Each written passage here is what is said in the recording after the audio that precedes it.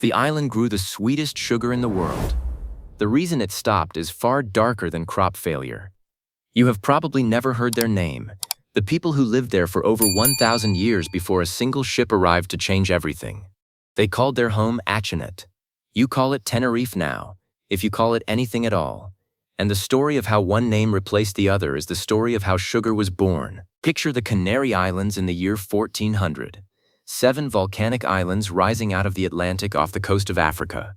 On them lived a people the Europeans would lump together under one word, the Guanches. They herded goats. They farmed barley in terraces cut into the mountainsides. They mummified their dead and sealed them in caves. They had lived this way, cut off from the rest of the world, for more than 1,000 years. They did not know what was coming. How could they? Because far to the north, something had changed in the appetite of Europe. During the Crusades, European soldiers had tasted something they had never known before. A crystal, sweeter than honey, that came from a tall grass grown in the east. Sugar. And once Europe tasted sugar, it could not stop. The problem was that the old plantations in the Holy Land had been lost. Europe wanted sugar, and Europe no longer had a place to grow it. Then someone looked at a map and saw 7 green islands sitting in the perfect climate, off the coast of Africa, inhabited by people who had no cannons, no steel, and no idea that the outside world existed. Here is the part you were never taught. The conquest of these islands was not a quick campaign. It took the Crown of Castile 93 years, to subdue 7 small islands and the people on them. Because the Guanches fought back, and they fought back with a ferocity that stunned the growing Spanish Empire. On Tenerife, they handed Spain one of the most humiliating military defeats in its history, ambushing an entire column in a ravine and slaughtering it. But think about what 93 years of war does to a people. It does not just kill the ones who fall in battle, it grinds them down, season after season, generation after generation, and the Spanish had brought something far deadlier than steel. They had brought disease. The Guanches had been isolated for over 1,000 years.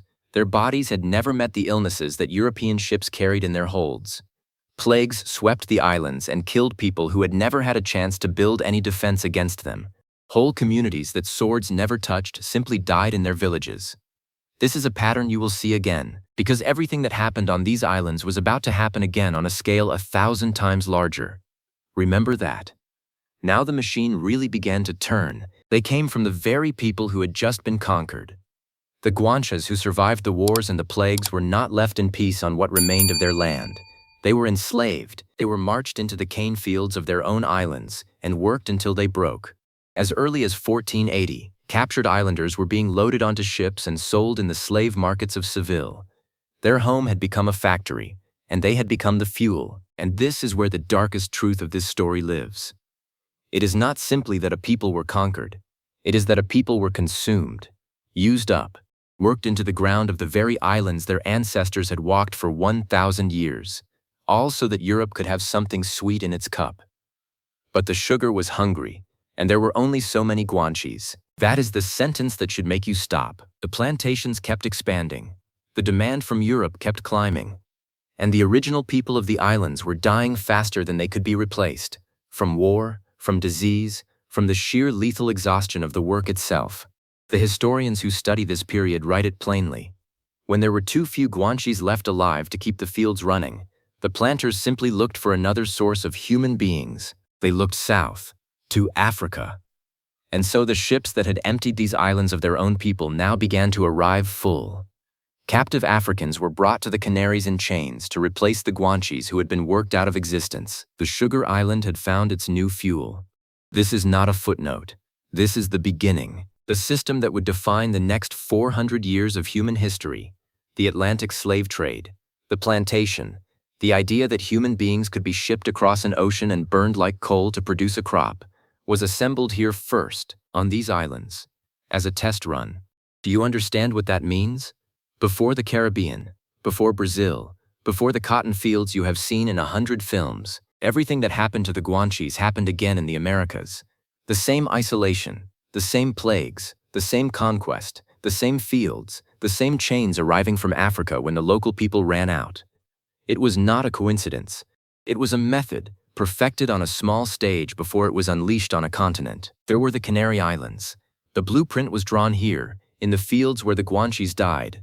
Columbus himself stopped in the Canaries on his way west in 1492. He had worked in the sugar trade, he had seen these plantations with his own eyes, and he carried what he saw across the ocean to a new world full of new islands and new people who had also never met European disease. So what happened to the Guanches themselves? They did not entirely vanish in a single moment. Their blood survives in the people of the islands today. But as a distinct people, with their own language, their own gods, their own way of burying their dead, they were erased. Historians now use a specific word for what was done to them: genocide. The language died. The religion died. The name they called their island, Akinet, died with them, and Tenerife took its place on every map. You will not find them in most history books. There is no famous painting of their last stand, no monument that the average traveler could name. They are, almost perfectly, forgotten.